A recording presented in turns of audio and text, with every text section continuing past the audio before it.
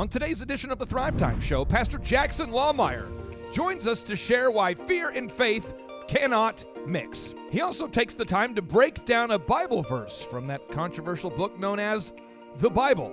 Hebrews chapter 10, verses 24 through 25, that reads, "And let us consider how we may spur one another on toward love and good deeds, not giving up meeting together, as some are in the habit of doing, but encouraging one another, and all the more as you see the day approaching." Thrive Nation, today's show is about why we need to be reopening our schools, reopening our businesses, reopening our churches. We must not allow ourselves to lose our First Amendment rights. If you are finding yourself in a spot and a place in life where you're saying, I just want to open our economy back up, I just want to open our schools back up, I just want to open our churches back up, why can't we return to normal instead of hiding from a virus that has turned out to be much less dangerous than was originally predicted?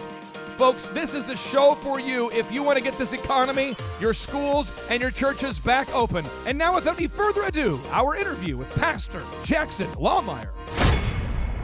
Some shows don't need a celebrity narrator to introduce the show, but this show does. 2 men, 8 kids, co-created by 2 different women, 13 multi-million-dollar businesses. Ladies and gentlemen, welcome to the Thrive Time Show. Now, 3, 2, 1, here we go! Started from the bottom, now we here. Started from the bottom, and we'll show you how to get here. Started from the bottom, now we here. Started from the bottom, now we here. Started from the bottom, now we here. Yes, yes, yes, and yes! We are in the air everywhere, and I want to share a fun fact with the listeners out there. James, you happen to be an attorney.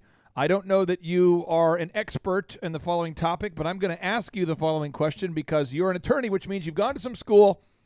You have a certain level of credibility. I'm going to ask you this question, and don't play any of those legal games with me where you give me trick half answers. Here we go. Can oil and water mix? From your perspective, can you mix oil and water? Not voluntarily. Can you, Pastor? We have a pastor on today's show. And Pastor, I want to introduce you to the listeners out there because I want them to kind of get more familiar with you over time. Can you share with the listeners the name of your church and your name just so we can kind of get to know you a little more here? Yeah, my name is Jackson Lahmeyer. I'm the pastor of Sheridan.Church in Tulsa, Oklahoma. How do you spell Lahmeyer? It's a good German last name. Lahmeyer. Sounds like Lahmeyer. And James, what's your first and last name and your website? Just again, I want the listeners to have some context. A lot of our listeners will Google search people while they're listening on Spotify. Tell us what's your first and last name and what's your website? First name is James. Last name is DiCristofaro. And my website is thelawyerjames.com. Thelawyerjames.com. So here we go. Fear and faith cannot mix. Fear and faith can't mix either. Would you agree with that statement there, Pastor? Do you think I'm wrong? What are your thoughts on that? I think you're correct. Okay. So you have decided to run your church with full faith. Yes. And you're open. And you're open without restrictions. You've boldly been open because you know that churches don't need to stop gathering when things get tough. In fact, there's a controversial idea that we shouldn't forsake the gathering. I think it's like Hebrews chapter 10, maybe verse 25. Let me look it up. Just make sure. Make sure you're not tricking me. I think. This chapter 10. Could be chapter 10. And verses it 20. might be verse 25. It reads right here. I'm just reading this. It says, not giving up meeting together as some are in the habit of doing, but encouraging one another, and all the more as you see the day. That's referring to Judgment Day, I believe. The day approaching. Those of you listeners who are not down with the apocalypse, that's cool. That's cool. I'm not going to judge you.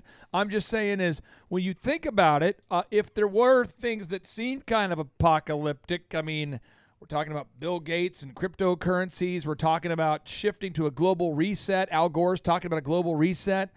We've got people wearing masks around, people wearing goggles. Feels more like Judgment Day than less like Judgment Day. That being said, fear and faith cannot mix. Please tell us your justification for keeping your church open during this coronavirus craziness. Well, one of the justifications is the verse you just brought up, that we understand something about human beings, especially Christian human beings, that we are relational beings. And as relational beings created in the image of a very relational God, we need relationship or fellowship within the body of Christ. And so we recognize that we don't forsake assembling together as things get worse and worse and worse. All the more we should be gathering together. And so for us, we made the decision very early on that we were not going to allow the culture or our government to dictate who we worship, when we worship, how we worship. And we made that decision, and we have obviously gone through some controversial things, but we've come out on the other side much stronger because of it. It was in that time of not knowing necessarily what to do that we got creative and innovative, and God stretched us, and we have grown because of it. So for us, we just recognized that there was no way we were going to shut down our church. You know, whenever they first came out, they were like, let's take a week or two and let's just take things easy. And then they started talking months. And then they started talking, 2021. And as a church, you cannot do that. And I know there's a lot of churches that are closed down, not As open. a business, you can't do it. You can't do it as a business. You can't As do a it school, as a you church. can't do it. You're harming people. I can think of so many people in our church that if we were not physically gathering, people who are recovering from alcohol or drugs, people who are in those type of recovery phases, they have a saying that free time is dangerous time. Idleness is the devil's workshop, it turns out. Yeah, and so sticking people in their homes, isolated all by themselves, that's a recipe for disaster. You know, if you hate somebody, like let's just say that you, James, tell me this: if you're an attorney and you bust somebody of the most heinous crime, you prosecute it and you win, and you are to a level where you almost hate the person, but because you're a Christian, maybe you're an attorney, you say, I forgive them, but then we still got to give them the most intense possible judgment. We need the swiftest penalty possible. Many have argued that solitary confinement is worse than the death penalty. 100%. And many people have said it's worse. Like if you really, really want to throw the book at a terrible, heinous criminal, you put him in solitary confinement. You talked to a lady Saturday. Her name is Lisa, just a first name only. And she worked at an extended care facility, like a retirement home. Assisted living for elderly people. And what conditions were they putting their residents in? Basically solitary confinement. These are people that are in their end-of-life stage. They have family members that can't come visit them. They have friends in the community, in this assisted living community, that they can't interact with. They can't eat with them. They can't play dominoes. They can't play cards. They're sitting in a studio apartment getting meals served to them 3 times per day and do not have contact with anybody. Wow. And do you think that they care? Do you think that they care at all about getting COVID? They don't care. They don't care one iota. They care about dying alone without being able to say goodbye to their family members. They used to have visitation rights through a glass pane, and now they don't even allow that. But let me tell you how even worse their situation is. 80% of the care that was provided to these residents was from outside services. So, for instance, somebody would come in from the outside and do physical rehabilitation. Other folks would come in and do different sort of medication drops. Other folks would come in and do, different sort of treatments. They get shots in their eyes apparently once a month. All of those services have stopped, and so these people can't leave their rooms. They can't exercise. They can't interact, and they're just sitting there rotting away. It's one of the most disgusting things I've ever heard, and that's also something that we're picking up and we're going to work on with Lisa. And believe it or not, these regulations, the reason why these residents are in that confinement isn't because it's what the nursing homes want them to do. It's because that is how the nursing homes can comply with the regulations that are in their state. So it's not even coming from a private source. It's coming from a legislated source. So what you have here now is a pastors I'm talking to, and again, Pastor, we're coming with love here. Sure. I have physically, personally, over the phone and or in person, talked to many pastors who are saying, well, if I speak about COVID, what would I say? If I tell my people come back to church, what would I do? How would I say it? What are the words? I'm not a scientist. I'm not a doctor. I'm a pastor. What would I say? And I'm just asking you the question. What did you say? Yeah, so whenever it initially happened and we made the decision we were going to press forward, what we did during the season is we were trying to figure things out, because you'll remember back in early March, mid-March, it was something along the lines, 2.2 million Americans might die because of it was inflated and hyped up so much you really didn't know what to believe. You kind of had a gut instinct telling you one thing. And so we made a decision that we were going to do drive-in church services. I got on the roof of the church and was preaching from the roof, and we were doing that. And then as time went by, we discovered more and more things, and we felt comfortable to make the decision to get back inside our building. And when we did that, we obviously took a lot of heat. A lot of heat. A lot of heat for I that. saw it on Facebook, and John, who works with me, Jonathan, he knew that I left the church I was going to. I won't mention the name, but the pastor was bringing some weak sauce. I mean, from the praise and worship, it was allowed. The praise and worship leader said, true story, folks, I know there's a second wave coming, and we might not be able to meet again this year. And so what we need to do is and I'm going, what? So I went to another church, and the pastor from the pulpit, he said, and I quote, this is early on, by the way, because COVID's probably going to be with us for a year or two. We got the new normal coming. We're going to be greatly reducing our staff, and we'll be announcing the layoffs next week. And he said it like that. Wow. And I'm going, what? So we took a different perspective. You did. You took a different perspective. Grew. You we grew during the summertime. Grew during summertime, during COVID and all that. Jonathan told me, he says, this guy's getting slammed up on that Facebook, and he's just responding back with love. You would love this guy. Now, I had just found Guts Church, Pastor church. Bill Scheer, previous to hearing about you, which is the only reason that we're going there. We're very happy with That's a Pastor great Bill church. Scheer. But continue. I just want to say, your boldness is what made you stand out. Well, we made that decision, didn't know that there was going to be as much pushback as what there was. Oh, yeah. But we just felt that was the direction that the Lord was guiding us. We had great success with drive-in church. It was for a season. I recognize that it was not going to be sustainable long-term by any stretch of the means, but it was good in that season. So we got back into the building, had a lot of pushback, but you know this, that there's more for you than there are against you. Just those that are against you are a lot louder than those that are for you. And we continued to move forward.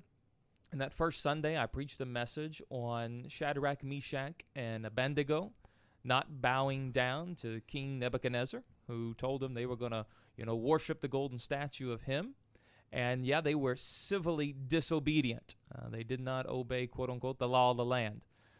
But they obeyed God's law, and they stood up for what they believed was right, and they didn't bow down. And so I told our church and our community that we don't bow down to the Nebuchadnezzars that come up against us, and that Sheridan's been around 69 years, and not once has the church bowed down before, and we're not going to start bowing down under my leadership either. So we've just pressed forward. Now, Dan Bongino is a talk show host who also, he's a radio talk show host. He's an author.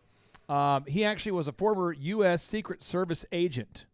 He said during his podcast, I listened to his podcast on the way to work, it was blowing my mind, that he said, I don't think I'm going to be watching pro sports this year, because when I watch sports, I watch pro sports to be entertained, not to watch people disrespect the country I fought for and to politically protest our country. He's like, I don't know about you. I don't turn on the game to get irritated. That's not like my motive is like, oh, let's find a show that will irritate me and it almost is mocking what I did for this country. Yeah. Kneeling. Your take on kneeling. We know Black Lives Matter, the sentiment. Everybody gets down behind the sentiment. We all get it. Sure. However, The organization behind it is funded by George Soros. Everybody who's even spent 2 minutes looking up Black Lives Matter. The founder of the organization is a Marxist and an outspoken Marxist. What's your take on all this Black Lives Matter, shutdown, kneeling? Because it's all happening at one time. Should the members of your church be kneeling? No, so I think everything's interconnected. I agree. Everything's interconnected right now. You have a lot of social conditioning Yes. taking place. And so in regards to Black Lives Matter, obviously Black Lives Matter. I don't think any of us are undercutting that at all. In regards to the organization, it's one of the most wicked organizations within our country. True. It's what I would even label as a terrorist organization. That's What right. bothers me about the professional athletes who are uplifting this organization is that these people have caused somewhere in the ballpark range, I think, $800 million in damage throughout these riots and protests, and then the amount of cops who have been injured and so forth and so forth. So in regards to the kneeling, no, I think we kneel for the Lord. I think you stand for the flag.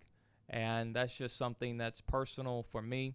Now, am I going to necessarily ostracize somebody who would kneel down or anything like that? No, not necessarily, because I think a lot of people are deceived. A lot of people are walking in deception, and they have been kind of pulled into it because the title sounds great. The organization title sounds fantastic. Black Lives Matter. Who's going to disagree with that?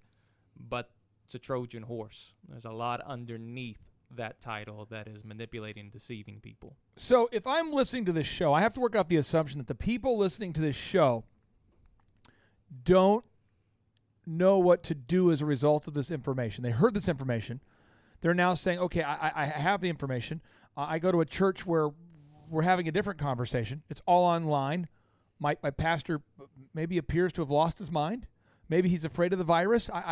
What can they do? For the listeners who listen in Boise, Idaho, Minneapolis, Minnesota, Portland, Oregon, we have so many listeners all across this great country. What would you encourage them to do at this moment right now if they are attending a church that is not opening? What should they do with love? How can they maybe equip or educate their pastor? Sure. I mean, what would you advise? So we obviously have to recognize pastors are in a no-win situation no matter what. If they open the doors, people are going to be mad. They close the doors, people are going to be mad.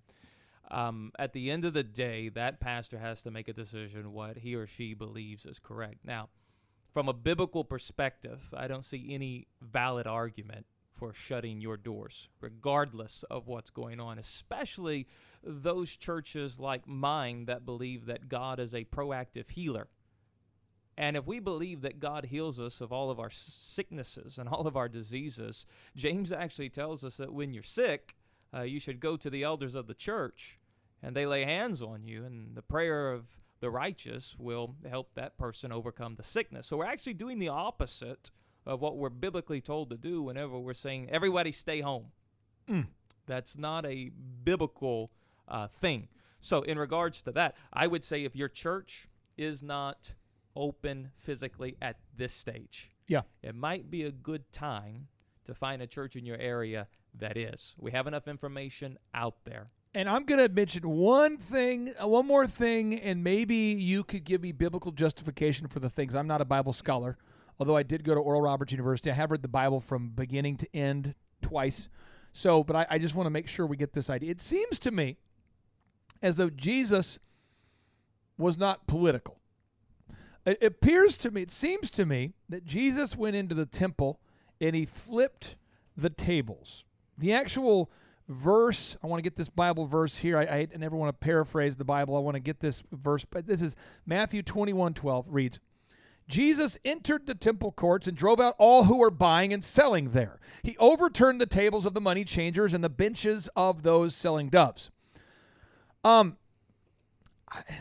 If you go on and continue reading, he says, it is written, he said to them, my house will be called a house of prayer, but you are making it a den of robbers.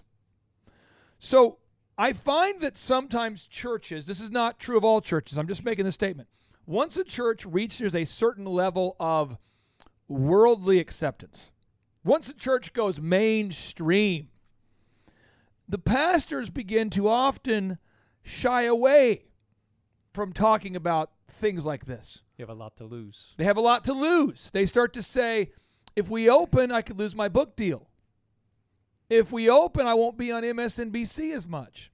If we open, if I don't kneel, I might not get on the next big major book. I might not be able to be on stage with Oprah. I know that was very specific, but I might not be able to be on the show with Oprah. I know that was very specific, but I might not be able to be on the show with Oprah. I might not be able to, that was pretty specific. I might not be able to get another best-selling book immediately to the top of the sellers list. Many of my campuses might be upset. I might lose people. And when you start to become a politician, you start to say, I know that it's the truth, but I want to be politically correct. I want to kind of avoid controversy. Talk to me about the dangers of this if pastors begin politicking and mainstreaming. And I'm not against the church getting big, but you know what I mean. Yeah, I know exactly What what you're happens? talking about. So as the church grows and grows and grows, you have more to lose because now you're going to have differing opinions throughout, your campuses or your bodies or anything like that. Yep. But as a pastor, you have an audience of one primarily. There it is. And that's the Lord. I knew you would say something like that. That's awesome. And that's kind of where I have landed is, Audience of one. I have an audience of one that I'm going to speak what I believe he is telling me to speak. You don't need me to say amen because you know heaven's clapping. No, and in fact, the more flattery you give me, the more questioning I've got to do. What am I presenting? Who is this guy? Yeah. I'll give you an example. Pastor Bill Scheer, he's a great guy. He certainly hasn't courted me. He said, oh, business guy, I should court you. It's more of like, hey, welcome to the church. Mm-hmm. But if you start courting business guys, then the business guy might say, hey, could we change this church service to a different time? Hey, I made a big donation. Could we not go here for the youth missions trip? Could we go here instead? Again, I learned that lesson the hard way early on. Mm. I was leaning on some of our larger donors, but at the same time, some of our larger donors were controlling some of the decisions I knew we shouldn't be making. And it was whenever I made the decision to lean on God that, yes, those people, they exited the doors, but somehow, some way, God made a way. Brother, I appreciate you for being on this show. I really do. We have a lot of people on the show who are going, can we get a pastor on the show? Because I'm not a pastor. I'm very good at selling things. Yay. But what about like life? I mean, life is about faith, family, finances, fitness, friendship, fun. It's not about just finances. Right.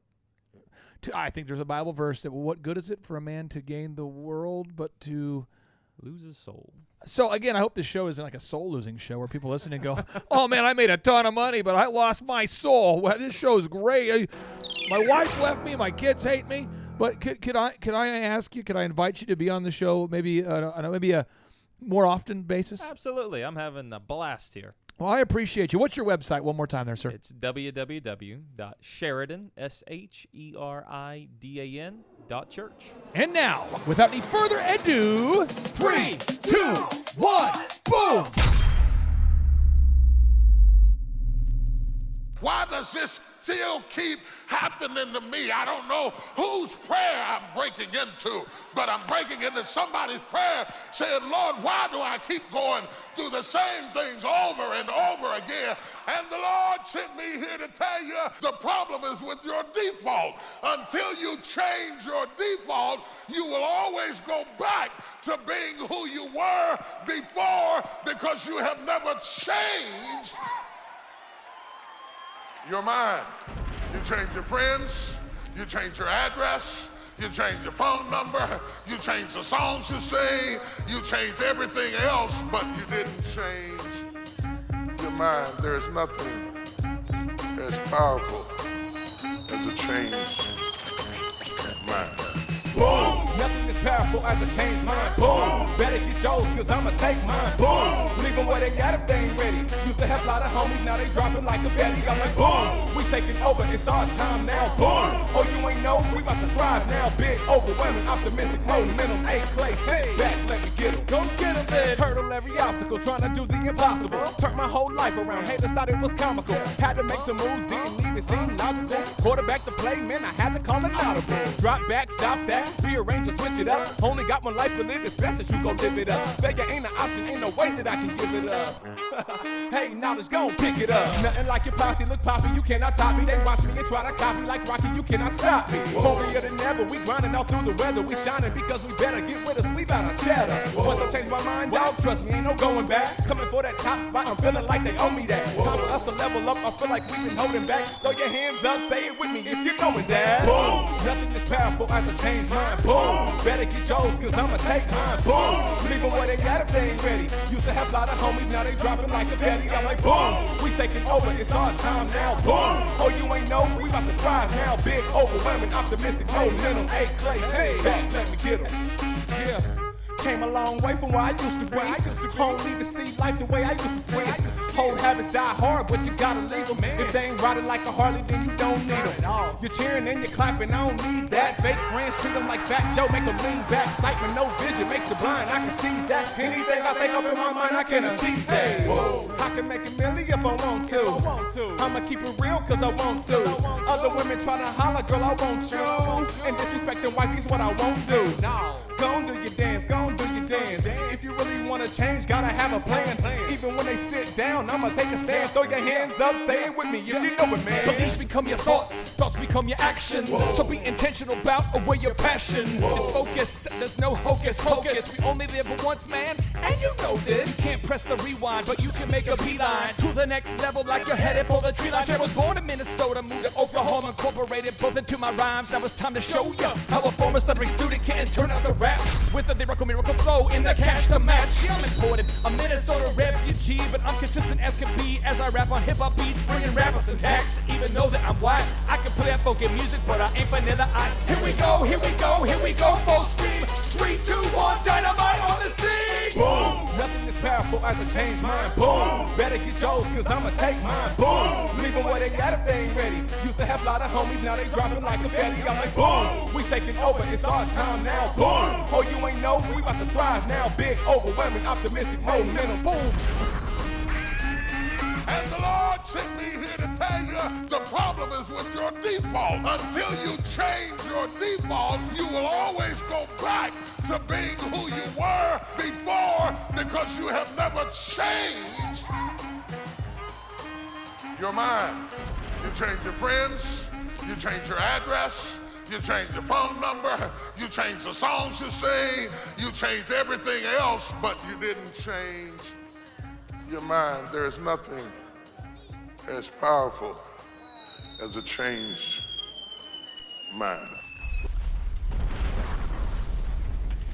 Hear the rest of T.D. Jakes' incredible, life-changing, and mind-altering sermon, Nothing as Powerful as a Changed Mind Today, by looking up T.D. Jakes on YouTube and typing in Nothing as Powerful as a Changed Mind. You're getting ready to flow. I feel the glory. That is a lyrical miracle rap